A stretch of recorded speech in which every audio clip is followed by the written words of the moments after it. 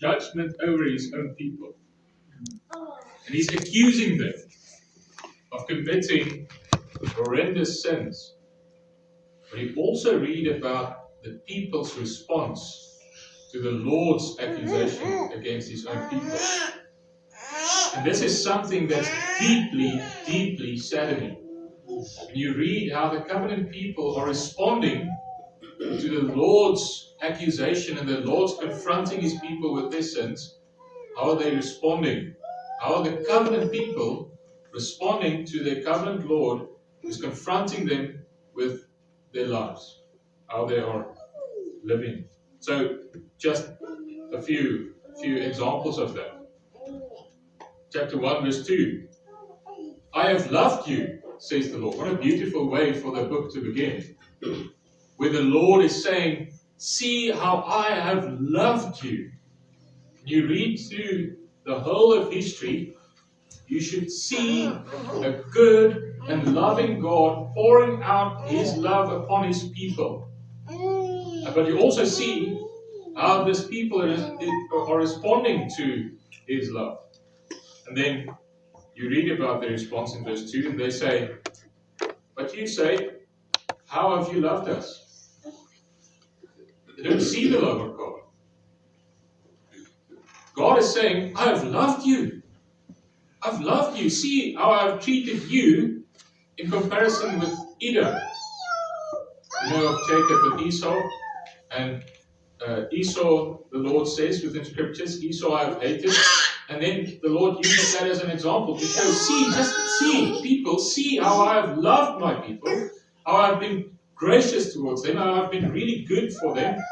And see how holy hatred looks like, what I've done to Edom.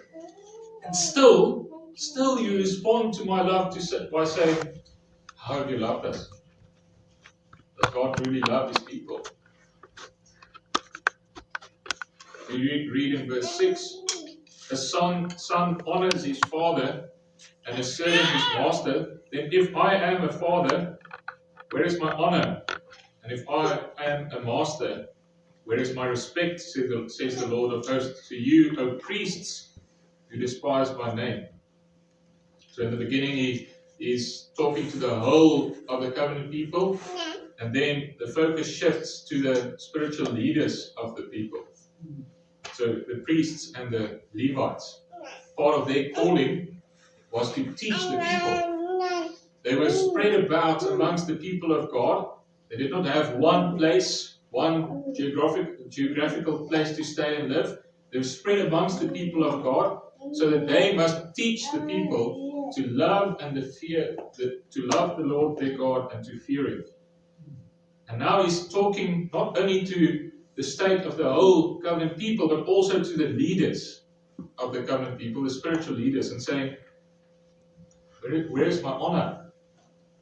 Where is my respect? And still, we read about their response, that they're saying, but you say, how have we despised your name? Once again, they're actually denying what the Lord is saying. Verse 7, you are presenting defiled food upon my altar. And then they respond, but you say, how have we defiled you? So remember what the Lord is saying here. Remember what the purpose is of the sacrifices in the Old Testament. The purpose of the sacrifices in the Old Testament was never, that those animals were to take away the sins of the people. That was a picture of the gospel. Once again, the whole of the scriptures is pointing to Christ, to the Messiah, the Savior. And those sacrifices was a small picture of the gospel of Christ, that when you bring this perfect animal, he's representing Jesus Christ. Christ is living the perfect life, being perfect in obedience, perfect in holiness. And you bring that perfect animal, and that animal dies in your place. And there's ceremonially, there's this transaction, this transfer that happens, where this animal's perfectness, holiness, is transferred to you, but your unworthiness, your unrighteousness, you are deserving of death and eternal damnation, that's transferred to the animal, and that's why he dies. That's a picture of the gospel of Christ that God was giving to his Old Testament people. And now the leaders of the people are allowing that defiled sacrifices are being brought. Lame and sick animals. And so you see how something other than the gospel is being given to the people. They're not being shown a picture of the perfect Lamb of God who will take away the sin of his people. No, they're actually saying the Lord's sacrifices can be lame and sick animals can be brought upon the altar of the Lord. And then while they're knowingly doing that, they're still responding, how have we defiled you? Verse 13. This is another thing you do. You cover the altar of the Lord with tears, with weeping and with groaning, because he no longer regards the offering or accepts it with favor from your hands. Now you must remember, what are they doing with the offerings? And they're still saying, but why is the Lord not accepting our sacrifices? They're saying in verse 14, yet you say, for what reason? For what reason is our sacrifices not accepted by the Lord? Verse 17, you have wearied the Lord with your words, yet you say, how have we wearied him? Chapter 2, verse 7, the Lord calls them to repentance. He says, return to me, and I will return to you, says the Lord of hosts. You see the covenant promises of the Lord. He calls the people to repent, and he makes this promise, where there is repentance, there the Lord will not leave his people. He will return to them. Return to me, and I will return to you, says the Lord of hosts. And then they respond, how shall we return? Verse 8, will a man rob God, yet you are robbing me? They respond, how have we robbed you? Verse 13, your words have been arrogant against me, says the Lord, yet you say, what have we spoken against you? You constantly hear how God is gracious by confronting these people with their sin. That's the grace of the Lord. The Lord is gracious when he's revealing to you your sin and confronting you with that. What is the other option that the Lord could have taken? He could have left you.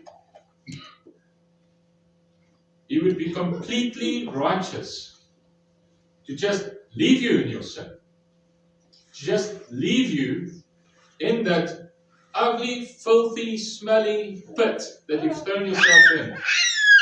And not to show the state of your soul to you. That would have been just. If the Lord God would leave you in the position that you've thrown yourself in. But see, just like in the Garden of Eden, how gracious is this God. That where Adam and the first woman, at that point she hadn't had a name, wasn't changed yet, so she later became Eve. At that point she was just woman, Adam and woman.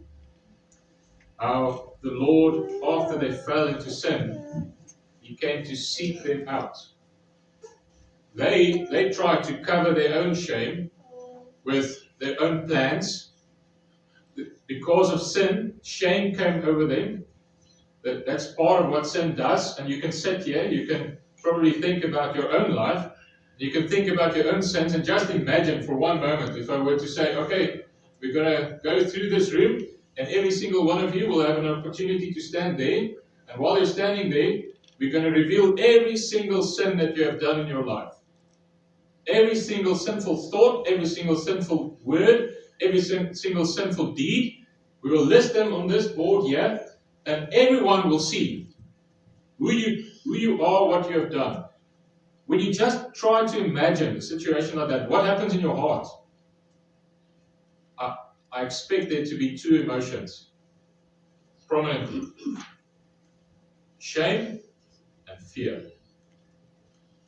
And that's what you see what happens in the Garden of Eden.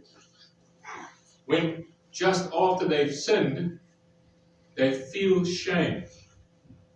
And they try to cover their own shame. And it's supposed to be a laughable attempt. Just think about it. If in a moment you realize, oh, I'm naked, and you had to run around in this garden to try and grab for yourself some leaves to cover your nakedness. It should be a laughable attempt to think that you can cover your own nakedness. You will not succeed. You cannot cover your own shame. The second thing that they do is they try to hide from the Lord. When they hear His calling, they hide from Him. They try to get away from the Lord. That's fear. They're afraid. They're afraid to be seen by God. But see the grace of our Lord, that He calls them out of their hiding place. He confronts them with their sin, and He gives the promises of the gospel that one day the one will come, who will defeat the serpent, crush his head, and He will bring life. And then the Lord kills an animal, takes that animal skin, and the Lord covers their shame. There's blood. There's blood that must flow to cover your shame. Another picture is given the promises of the gospel verbally, and He gives an image of the gospel in a dead animal. The blood is lying there, and they're clothed within that animal's skin. A picture of Christ, that when Christ dies for sinners, it's His blood, it's His life, it's His righteousness that covers your shame. It's through faith in Christ that your shame is taken away. There's no other way. So when the Lord comes and confronts us with our sin, see how gracious He is. He's being good for you when He does that. But we, like our first parents, tend to try and dodge it. Tend to try and justify ourselves. You read that from Adam and Eve as well, where when they were confronted, when Adam was confronted as the covenant head, it's very interesting. The Lord goes to Adam first. Adam is the covenant head. He's the primary responsible person in that text. It is because Adam fell that the whole of humanity fell, not because Eve fell. Because Adam is the covenant head. And that's an important thing for the rest of the gospel. Because Adam is the covenant head, then you get the last Adam, Christ. We are all united to the first head of humanity by birth. You are united with Him, and with Him you fell into sin, into damnation. Through faith, you're united to Christ. And where He brings life, then you get part of you can partake in the life that's in Him. It's a very important thing, covenant headship. Something that's despised within our time and within our culture. The idea of headship. The idea of male headship. Something that's completely despised. But so important for the gospel. If you throw that away, there's large parts of Scripture that just doesn't make sense anymore. Because that's what's normal within Scripture. Male headship. Scripture is patriarchal. That's the order that the Lord has created. A patriarchy. And we must not shy away from it. But now the Lord then calls His people out, confronts them with their sin, calls them to repentance and faith in Christ. And I wanted to start in this way because there are some things that's being said about marriage and children within this chapter that should be confronting to all of us. And you must listen to the Lord confronting us this morning with Scripture and not shy away, not just sit in your shame and in your fear and try to hide from the Lord. No, see the Lord being gracious to you to show you your sin, to show you your heart, and then do not respond to that by trying to run away or trying to dodge it or trying to then actually almost accuse the Lord. Do you remember what Adam said? And you can read it here with the response of the covenant people as well. Adam said, the wife that you gave me. He's accusing his wife, but within that there's a veiled accusation against the Lord of hosts himself. He's saying, the wife that you gave me, she gave me and I ate. He's not feeling the weight of his own responsibility for his sin. He's trying to shrug it off onto other people and actually also onto the Lord. It's your fault, O Lord. And you hear that veiled accusation within Malachi over and over and over again. Let us not make the same mistake this morning. To start and accuse other people and to start and to accuse the Lord himself for our own sins. We are responsible for our sins. We are responsible for our sins, not God. And do not shift the blame onto any other person. Even if someone around you has sinned against you, and that happens to every single person. We're sinners living amongst sinners. And so your parents have sinned against you. Your children have sinned against you. Your brothers and sisters have sinned against you. Your friends have sinned against you. Everyone has been sinned against, but you cannot use the sins of others to free yourself of your own responsibility. Do not do that. Do not make the same mistake. Feel the weight of what you have done. And when you realize what you have done, then respond to that by not lying away in your own shame and trying to cover it or to run away and hide from the Lord. No, hear the promises of the gospel, repent and believe in Christ, for he is faithful to save all who comes to him. So now we get to Malachi 2. Well, actually, before we do that, I wanted to list quickly 12 things. I'm not going to go into everything, but 12 things that the Lord touches on in this book within Malachi. And while I'm reading through that, search your own heart to see whether you are doing the same things. Remember, these books are not written just for the people many, many hundreds, even thousands of years ago. Not really thousands of hundreds of years ago. It's written for the covenant people of God through all of history. For us today as well. For you to look within the mirror of God's word to see what's the state of my soul. What am I busy with?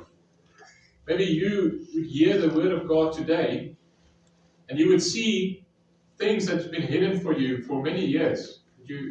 You've never realized that you're sinning against the Lord in these ways. So, 12 quick points as a summary of how the Lord is confronting his people in Malachi.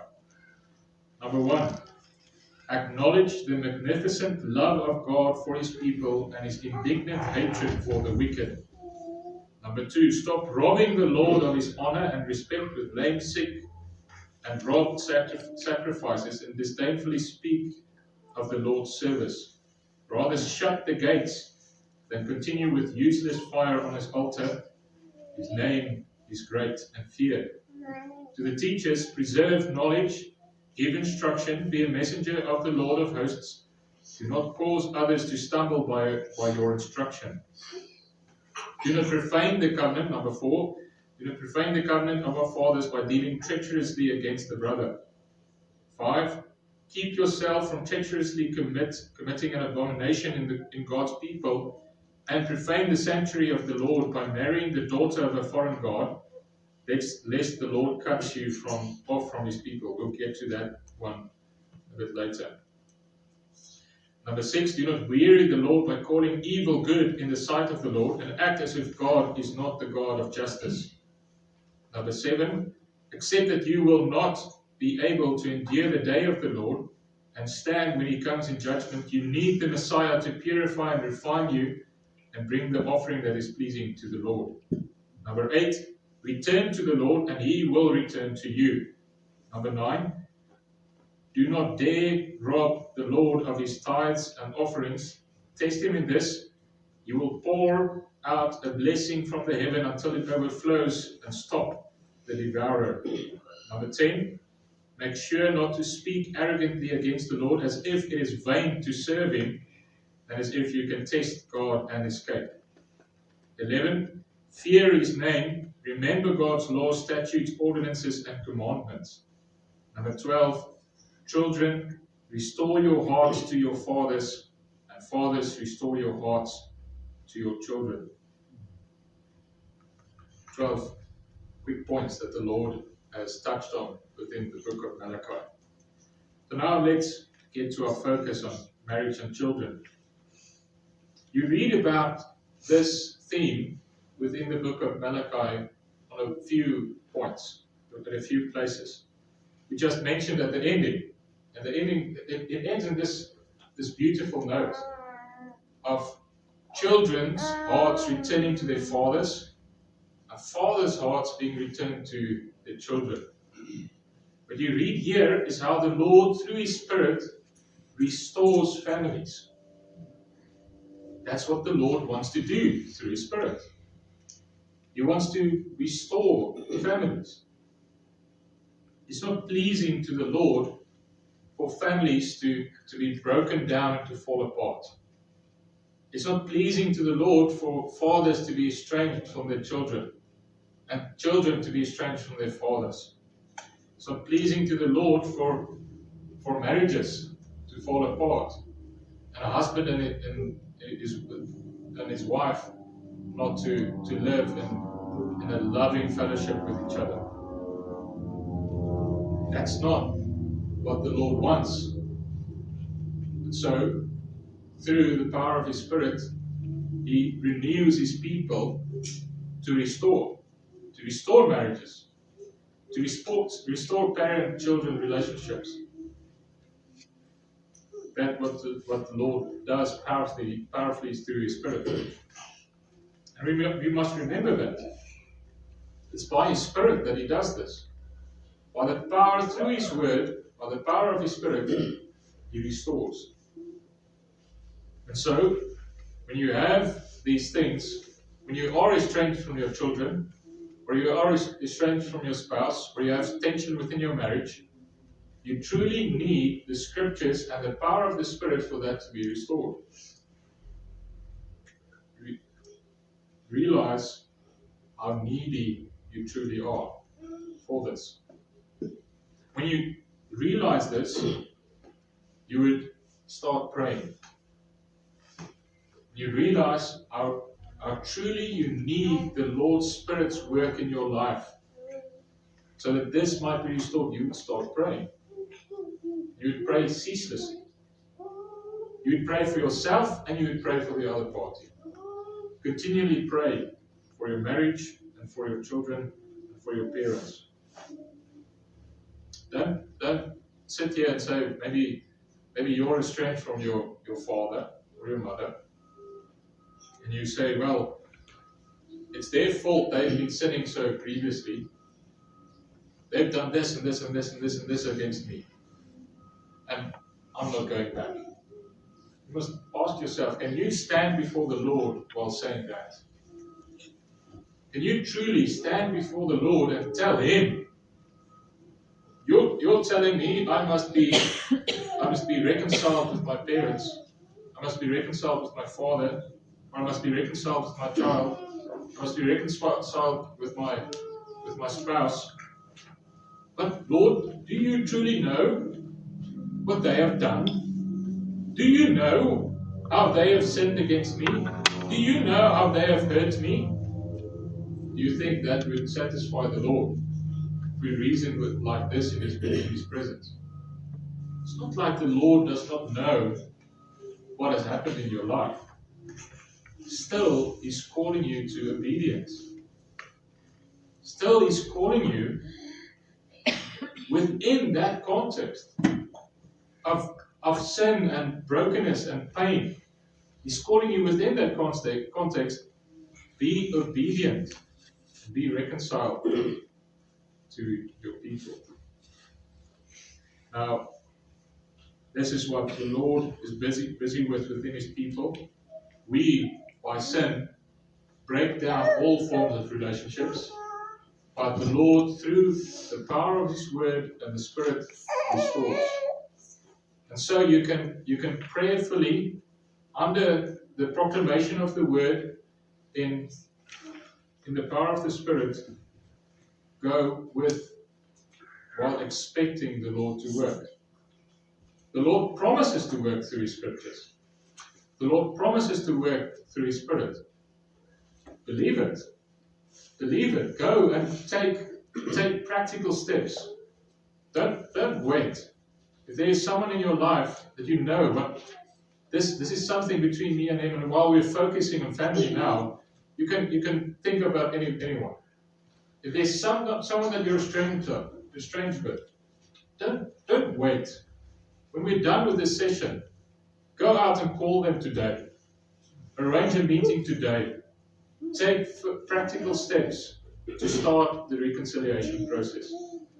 If the divide is so big that there's a lot of baggage, a lot of things to work through, then wonderful. Start the process. Get someone to help you with it. Get someone to guide you, to facilitate the conversation. But you need to take practical steps. You cannot sit back on your backside and say, well, this is how it's going to be. Now the Lord is speaking to His people. He's talking about marriage and He's talking about children here as well. And when you read about this, you can say it's as if it's written for our time. And it is.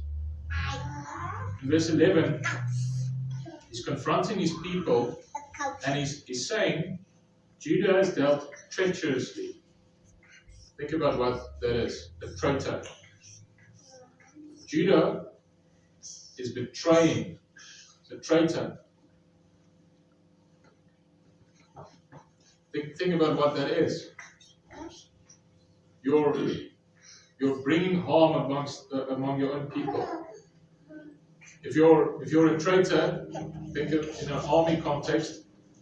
Here is the people. There is the enemy, but silently you're making plans for the destruction of your own people. You're betraying your own people. Judah has become a traitor. And an abomination has been committed in Israel and in Jerusalem. An abomination. This is the Lord speaking. And He's saying what Judah has done is so horrendous. It's an abomination. That's a very strong word. Now what have they done? They've married unbelievers. That's what they've done. You read it at the end of the verse. They profaned the sanctuary of the Lord which He loves, and has married the daughter of a foreign god. You can think through the history of Israel how the Lord has destroyed His own people in the past, in the wilderness, when they've done this. When they've married unbelievers, the men has taken for themselves wives, worship other gods. And that's how they betray each other, because they're bringing idolatry into the camp, into the midst of God's people. And the Lord is a covenant God. When you read through the history in the wilderness, even though it's not every single person head for head who has done this, the Lord hits his people. That's not the perfect word for this. The Lord comes against his people as a whole. He doesn't only come against the individual.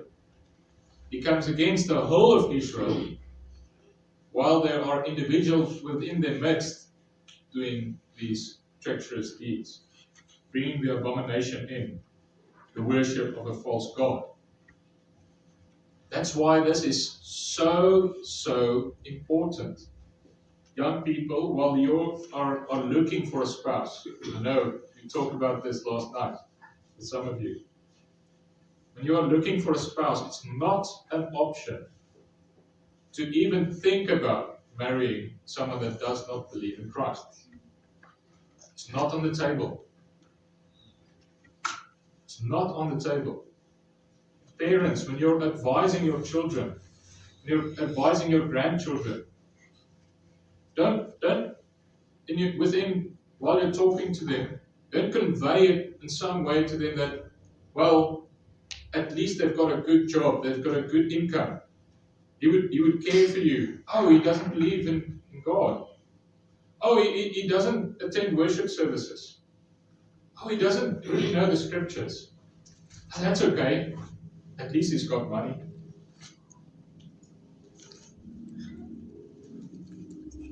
That's bringing an abomination within the camp.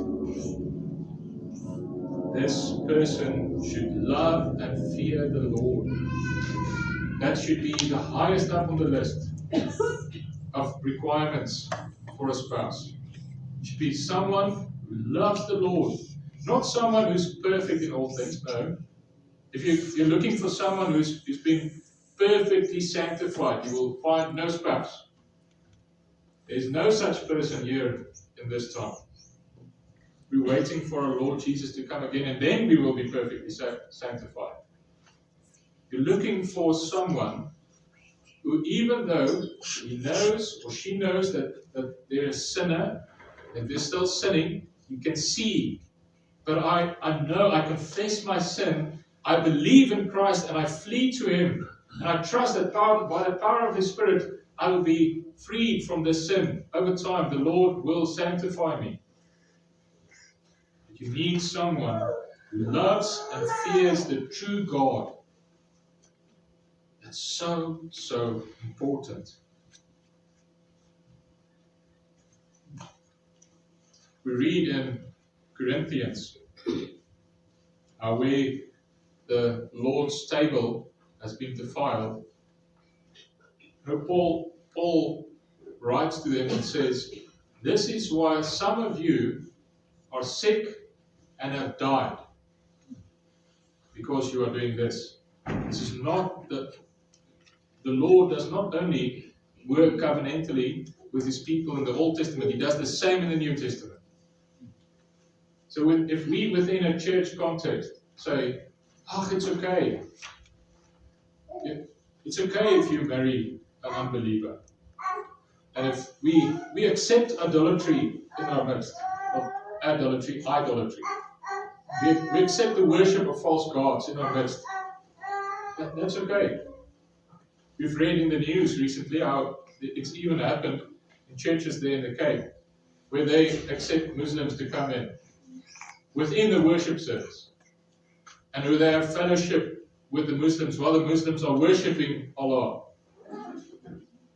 And you think the Lord would be pleased? No. Do not stand idly by and watch this abomination. The second thing, the Lord then warns His people in verse 12 of His covenant judgment that will come for these people. Verse 12, "As for the man who does this, may the Lord cut off from the tents of Jacob everyone who awakes and answers, or who presents an offering to the Lord of hosts." May the Lord cut off That's covenant language. That's the image that you had with circumcision. Circumcision proclaimed the promises of blessing and life and the promises of God's covenant judgment. The circumcision was conveying something that you need to be circumcised by your heart. That's the work of the Spirit. That's rebirth, regeneration. It's conveying that, proclaiming that. So, life, circumcision. But it's also proclaiming either your heart would be circumcised, you would be reborn, or you will be cut off from God's people. Cut off, thrown away. And this is what the Lord warns here in verse 12. You will be cut off from the tents of Jacob, even though you're presenting the offerings to the Lord. Don't think, well, I'm attending the worship services and I can continue with my sin. No. Don't think you can hide away your blatant disobedience and rebellion against the Lord, but just outwardly doing the right things. No, the Lord opens your heart and tells you no. He's putting his finger on that point, on that place that's very sore, and he's saying, see what you are busy with. Confess it, repent, and believe in Christ for salvation.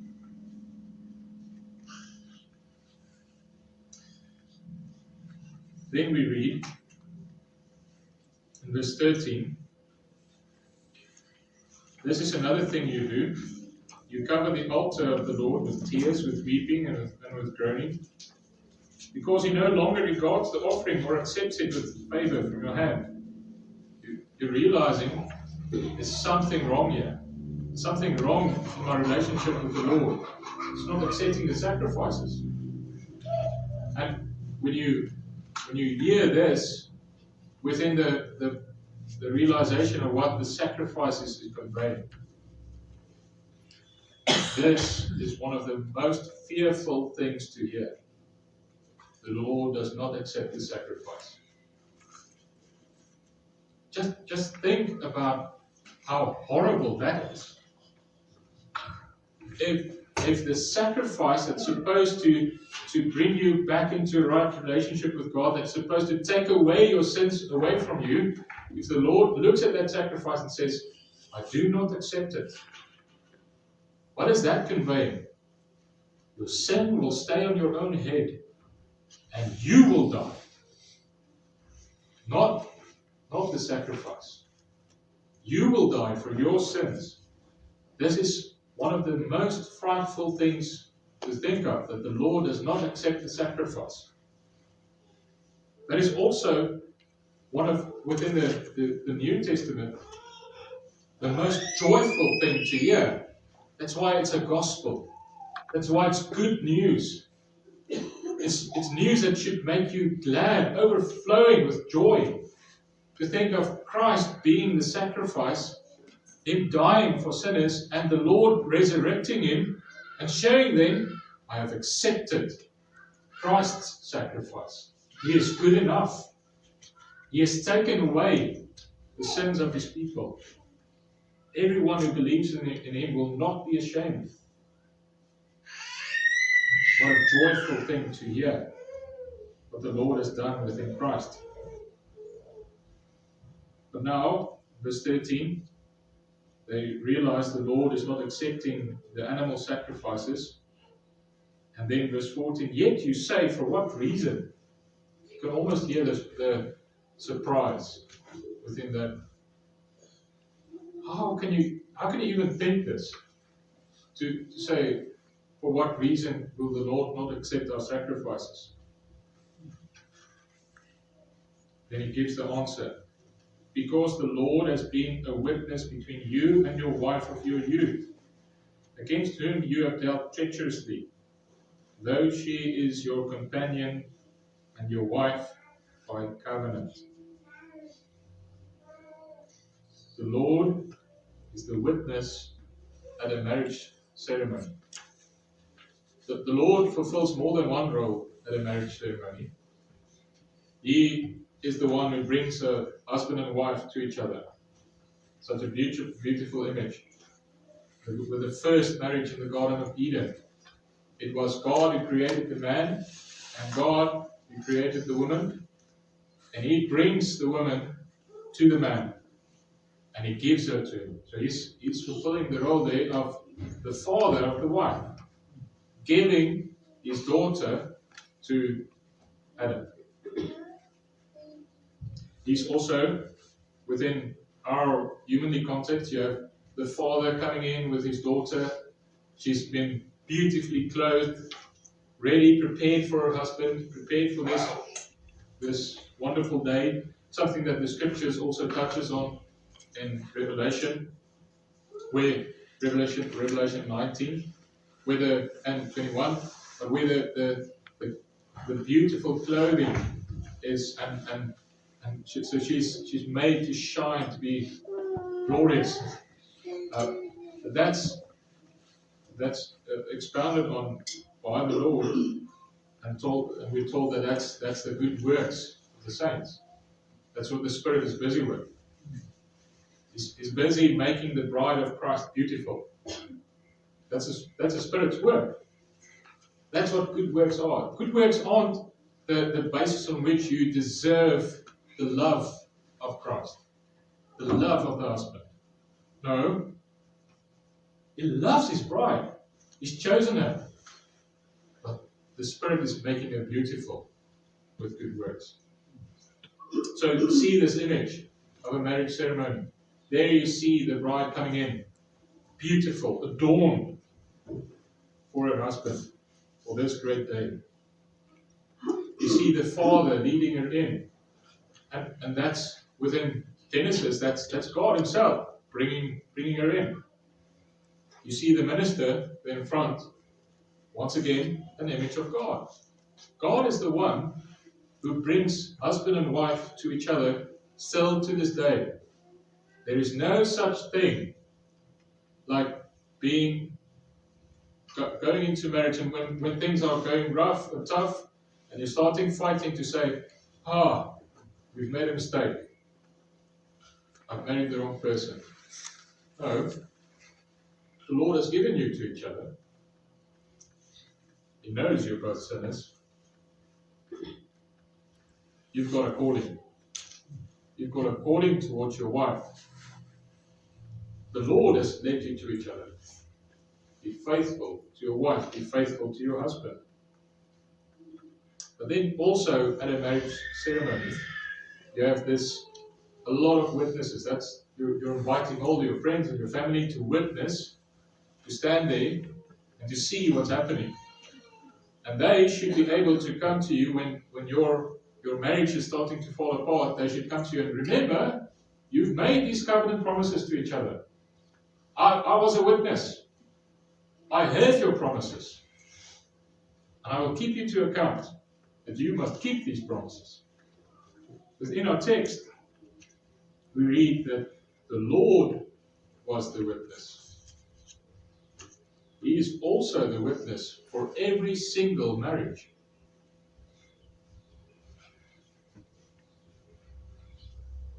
Because the Lord has been a witness between you and the wife of your youth. He's a witness, and He has confirmed this covenant between you and your wife with His promises. It's a covenant relationship, a bond for life. You're bound for life to your husband or to your wife. And the Lord was a witness to every single promise, and He will keep you to account.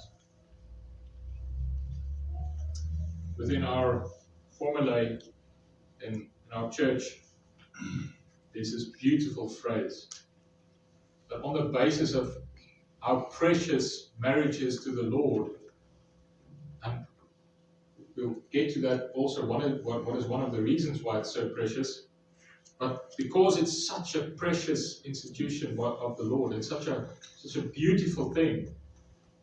that the couple can expect the help of the Lord, even when they don't deserve it. That's a promise for you to hold on. That's a beautiful promise for you to hold on. When everything is really rough and you're fighting, you're saying, Lord, I need you. I need your help. I truly need your help within our marriage. Then you can hold on to these promises. You can expect the Lord's help even when you don't deserve it. Because marriage for Him is a precious, precious thing. So I mentioned we will get into what is one of the reasons why it's so precious. Well, when you jump to the New Testament to Ephesians 5, it's expounded so beautifully that marriage is actually just a small model of something much bigger and better. I remember as a young man, I got it the wrong way around. I would think about, well, marriage is the real thing, and the Lord was thinking of what can I use to explain something that's less real, and that's the relationship between Christ and the church. It's the other way around. It's that the Lord has a plan for Christ and His church. Christ as husband and the church as His bride. And then He built a small model of that. And He gave it for us to enjoy. That's what marriage is. Marriage is that small model of Christ and His church. And so husbands or young men longing for marriage, that will be your calling. Your duty is to live towards your wife as Christ lives towards His church, His bride. And it's not a duty that you can say, I will fulfill my duty if she fulfills her duty. That's not how it works. You did not promise, when you made your covenant promises towards your spouse, you did not say, I will be your husband if you are my wife. You just said, I will be your husband. I will fulfill my duties. I will fulfill the duties that the Lord has laid upon me. I will be faithful to my duties towards my covenant God, who has put this calling upon my life, a lifelong calling. I will fulfill my duties towards my covenant God, even if you do not. The same the other way around. Women, wives, you have or will be, Lord willing, given the precious position to be the bride, to represent the bride of Christ. How the church loves Christ and serves Him and honors Him. And for that, you also will make these promises. I will fulfill my duties, my covenant duties towards my spouse that the Lord God has laid upon me.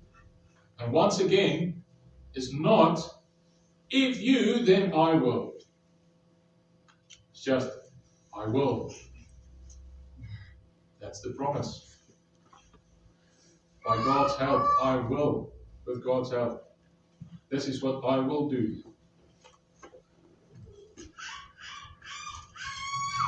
If you turn it around, if you make it, if you, then I will.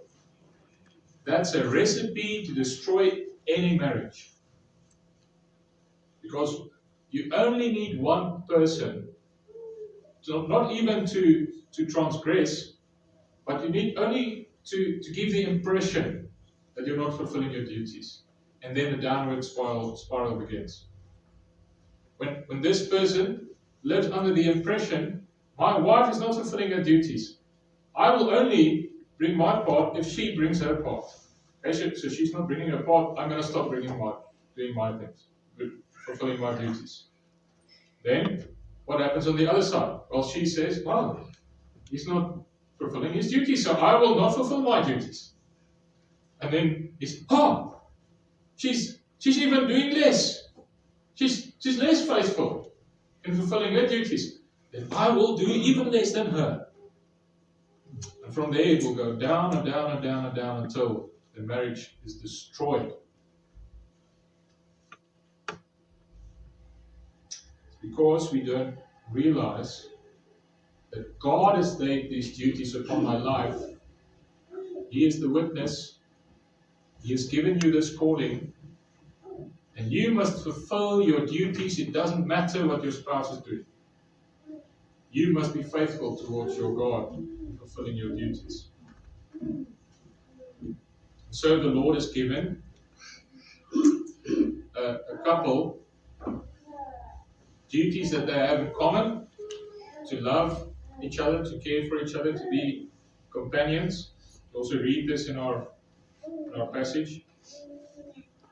The companion, in verse 14, though she is your companion, we are companions. We are to love each other. We are to respect each other. But the Lord has also given separate duties that's not the same for each party. Do not fall for the lies of our times that there's no difference between a man and a woman. It's as clear as day. You can just look around in this room. We are not the same. And you have been created by a God that does not make mistakes. You have been created by a God who designs things perfectly and with a purpose. Men, you've been made men for a purpose. Women, you've been made women for a purpose. Do not confuse it. The Lord has not made you a woman so that you can go and stand in the shoes of a man. The Lord has not made you a man so that you can go and stand in the shoes of a woman. That's the lies of our time, where the differences between a man and a woman they're trying to wipe it out. It's been an attempt for many years now. For the past 100 years, they've won a lot of ground within the Western world. And you see the fruit of that. You see when the differences between men and women are being wiped out, our societies fall apart. Our families fall apart. It destroys. It destroys the household. And the household is the basic building block, the basic unit for a society. In Western society, we often make the mistake to think, no, the individual is the basic building block. No, it's the household. The household is the basic building block for society. And the enemy would like to destroy the household. One of the attempts that he's made, and he's managed to destroy many households, many churches, and many societies and civilizations through history, is by confusing the difference between man and woman. And what the Lord has created man to be, what the Lord has created women to be. Women, you are not created to lead your husband. You are not created for that. You were not created to be the head of the household. You were not. It's so clear within Scripture. You were not created to have authority over your husband. You were not created to have the authority positions within a church. That's not the order that the Lord has created. You have your place that the Lord has specially made for you, which I may not go into, and I cannot go into. I'm not a woman. Go and fulfill that. Do not try to become a man. And men do not try to become women. You husbands, the Lord has placed upon you the duty to protect your wife, to give your life for her, like Christ gives his life for his church. When the scallum comes in at night, you're not supposed to lie in your bed and tell your wife, it's your turn, go and fight him. We get that within the movies in our time. We've got these female superheroes. Such a comical thing to think of. Where you've got this huge bodybuilder of a man, and this tiny, skinny woman throws around that guy like a shopping bag. That's the lies of the enemy. But it's something that's doing two things. It's destroying what true biblical femininity is and biblical manhood is. It's turning things around. It's pumping in all of these false ideas of what both of us are. It will destroy you. Men, you are to be the protectors. You are to be the protectors of your household. You are to be the protectors of your wife, physically and spiritually. You are to be the one who says, you have to come through me. I will die before you get to her. I will die before you get to my children. You must first kill me. Physically and spiritually, you are to lead and protect your house. You are to be the one to take responsibility to care for your house. You are the one who's supposed to go out, work hard, and bring in to care for your house. That's not like feminism wants to convince us. That's not the primary calling for a woman. Go read Genesis. It's clear as day in when the Lord created man and woman that God connects working the ground, gives that to the man. And the woman is to be a helpmeet for him. With her, it's connected that she is to love and serve her husband and to have children. Be fruitful and multiply. That's something that the Lord has made you women for, that we men will never, in our wildest dreams, even with all of the deceptions and physical horrendous things that people do with their bodies, men will never be able to bear children. Men will never be able to nurture children as a mother can. It's something that the Lord has created your body to do. We men are supposed to go out, work, bring in. You get children, bring them up in the fear of the Lord, nurture them. That's one of the most beautiful things that you can be busy with. It's a total lie to think that, well, if I go and climb the corporate ladder, then I'm living a better life than the one who's at home caring for her children, being with her children, being with her baby. That's a lie.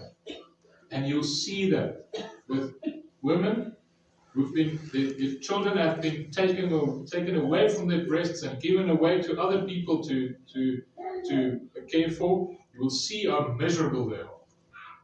Because that's not how God has designed you. God has designed you to be with your children. And do that. Do not give them up. There's a difference between man and woman, and it is good. The Lord has been a witness between you and the wife of your youth. But the Lord is speaking to the men, especially in this passage, saying, you have dealt treacherously with the wife of your youth. That phrase, wife of your youth, is that's a loving phrase. Something that we can use for our wives to say, wife of my youth. My vrou van my jong dae. My lievelingsvroukie. It's a loving phrase. It's being used for your wife. And the Lord is reminding you, husbands, of the love that should be there in your heart towards your wife. Don't betray her. Don't betray her. The deepest betrayal that you can do is to start looking in the direction of another woman. And it starts simply like that. just look. There can be just thoughts then in your mind. And don't then think, well, that's okay, everyone does it. It's not okay. Even if it was the case that everyone does it, which I don't accept, even if that was the case, then it's not okay for anyone. Every single man, if they do that, is wrong. So don't look in the direction of another woman. Don't think of another woman. Because when you are busy with those thoughts and those desires starts brewing in your heart and in your mind, you're feeding it, and it's growing and it's growing, and at some point you're going to go over to action. You're going to do something. You're betraying your wife. You can also betray your wife when you, instead of protecting her, you turn into the one from whom she needs protection. Instead of the one that you stand up at night and the scallop is coming in and you're saying, no, you'll have to come through me. You turn into the one that is the scallop, and your wife needs protection from you. You betrayed your wife. If you do not care for her physical needs, for her spiritual needs, for her emotional needs, you betrayed your wife. The Lord has laid upon us men a heavy duty. Sometimes a woman can come and say, but have you seen what the Lord has told us to do in Proverbs 31? What a high standard Proverbs 31 is. Well, if you read through Proverbs, the rest of Proverbs is directed towards the son. It's not to say that you as women cannot learn wisdom from the rest of Proverbs. But 30 chapters was directed at the son. One chapter is still directed towards the son, but saying this is the woman that you need to look for. And you've been laid upon the calling to represent Christ in this relationship. Realize how this is far too great for you to bear on your own by your own power. So pray ceaselessly and seek the Lord's grace so that you can fulfill your duties towards your wife. Now, that's on marriage. We can spend a lot more time on that. There's much more to say. But I want to get to the last topic, and that is children.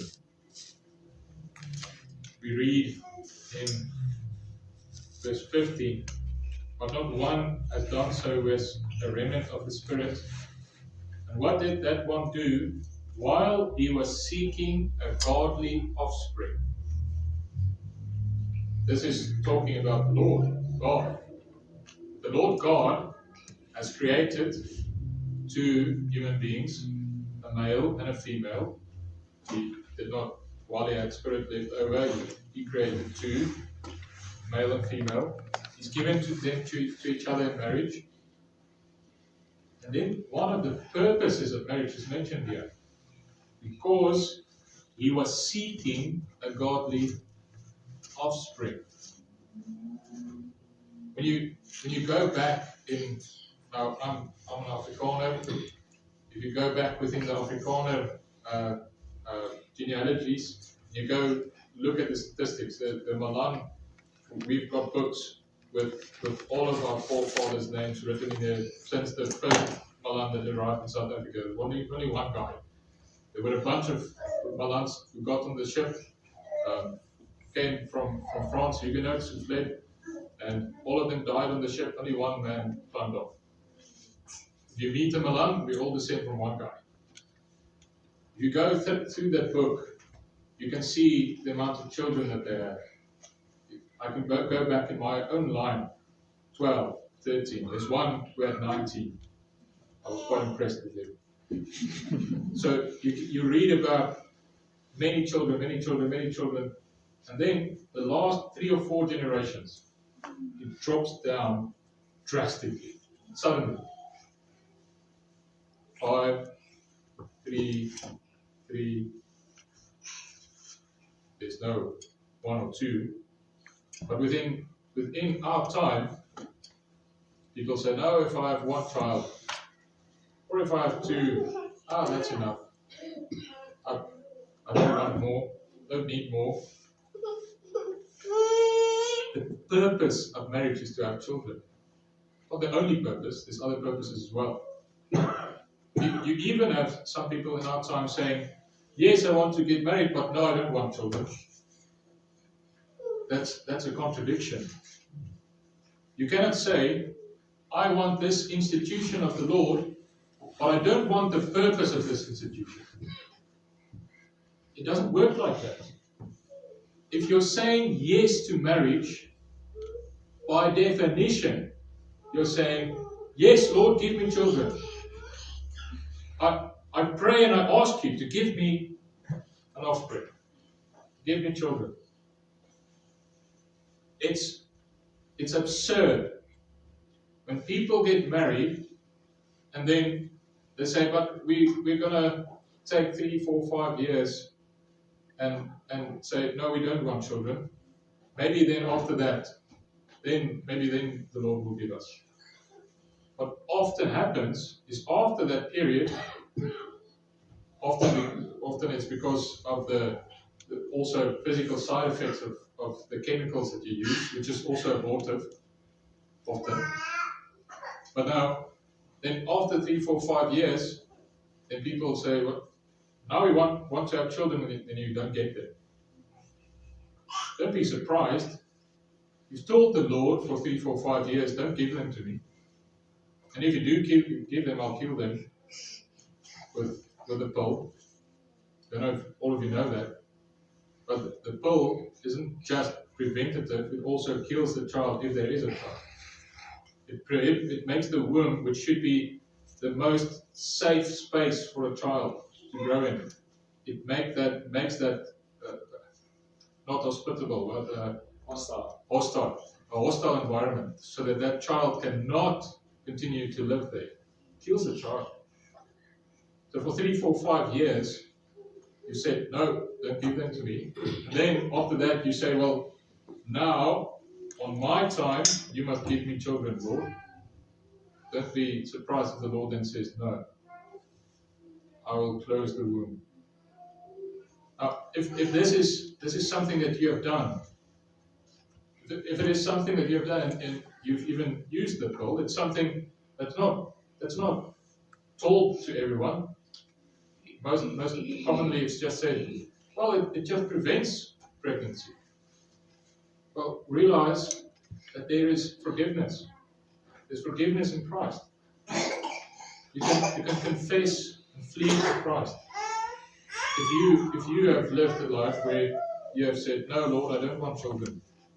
If there's a difference between someone saying, yes, Lord, we pray for children, and the Lord does not give them.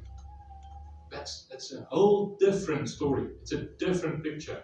It's something that we all can be sad about if someone does not have children, and we can pray for you and ask the Lord to open the womb and give children. It's a different thing when you get married and you say, Lord, no, I don't want them. Don't give them to me. We need to repent from the way that we view an offspring, the children. The Lord views them as a blessing that He wants to give to His people. Do we think about children as a blessing? Do we talk about our children as a blessing? Do we say, Lord, yes, give me more. Give me more blessing of your blessings. It would be great if you would give me 10 or 15. Give me blessing, Lord. I want to enjoy the blessings that you give. Don't limit the amount of children. I'm very encouraged about the next generation coming up, and a lot of them is thinking in this way. I'm very encouraged that this would be a next generation that's longing for children, and you would have churches being disrupted by all of the babies' cries and the young toddlers running around pulling the cables and everything. That would be an encouraging sight, a hopeful future if we have children within our churches again. I've talked to someone at a Pick and Pay, and once she said, "There's no hope here in South Africa. We're not supposed to have children because there's no hope. No hope for the future. We're not supposed to get children." And I would say, well, that's part of the reason why. You're part of the reason why there's no hope for the future, because the next generation is the future. Just imagine if all of the churches, all of the Christians would stop having children. No hope for the future. There are no future. But it's because we as Christians, we believe the future is in the hands of Christ. Christ is the King, not only of the past, not only of the present, but of the future as well. Then a Christian may never say there is no hope. You may not do that. That's a denial of Christ's kingdom, Christ's rule over the future. And so you say, Lord, no, give us children. But see, a last thing, and I wish we could have spent 3 more hours on this. But we read, he's seeking a godly offspring. It's not only we want children by the dozens. We want a godly offspring. We want, Lord, give us children. Give us the wisdom to teach them the fear of the Lord. Teach them to love you. Work through your Spirit in their hearts. Bring them to faith and repentance. Bring up a new generation that would love and fear the Lord more than our generation. That should be our longing and our prayer constantly. Lord, bring up the next generation, and may it be from my offspring. May it be from your offspring. Oh Lord, think of our children. Take our children for yourself. A godly offspring coming from God-fearing parents. You read here, go and make disciples of all nations. When the Lord gives you children in your house, He's giving you a lifetime of discipleship that you can walk with these young souls. What a wonderful privilege. And we read the pattern within Scripture. The Lord loves to save the children of His people. He loves to do that. He loves to be the God from generation to generation. It's not this generation loves God, but all of our children, all of them will fall away, and the Lord will start anew. No, that's not the normal pattern within Scripture. The normal pattern within Scripture is the Lord brings someone to faith and repentance, and then He works within their children's lives. It's not that we're saying that every single child that's born from believing parents, every single one, head for head, will most definitely be saved. I'm not saying that. There are some that fall away. But you can live with this hope and expectancy upon what the God does, what God does within Scripture, that He works as a God from generation to generation. So trust the Lord for the salvation of your children. Proclaim the gospel to them. Teach them the Scriptures. Teach them to pray. Teach them to come to the worship service.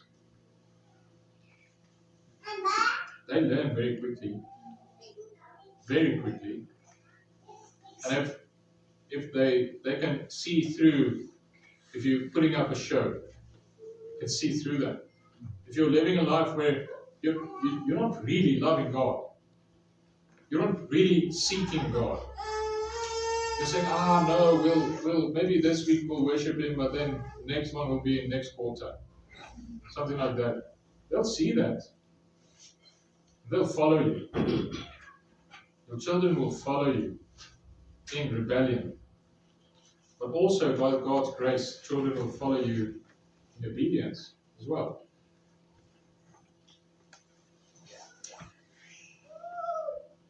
Let's close. Lord God is confronting us with our own sins this morning. let us not then respond with, but when have I done this? I am not guilty. I have not done any of this. Let us respond by seeing where we have sinned in our own unique ways. Let us then go to the Lord and confess our sins. Let us believe in the Messiah, our Lord Jesus Christ. Believe in Him, and He will cleanse you from all of your sins. And believe also that Christ promises to give His Spirit to all who believe. He gives His Spirit to powerfully work in them and to bring them, to sanctify them. So you can live a new life. Your past does not need to define you. No, you're not a slave of your past. If you have done these things in your past, there is hope. It's hope for a new life by the power of Christ through His Spirit. So come, like the Lord said, return to me and I will return to you. Believe in His promises and do what He says. Amen. Let us pray.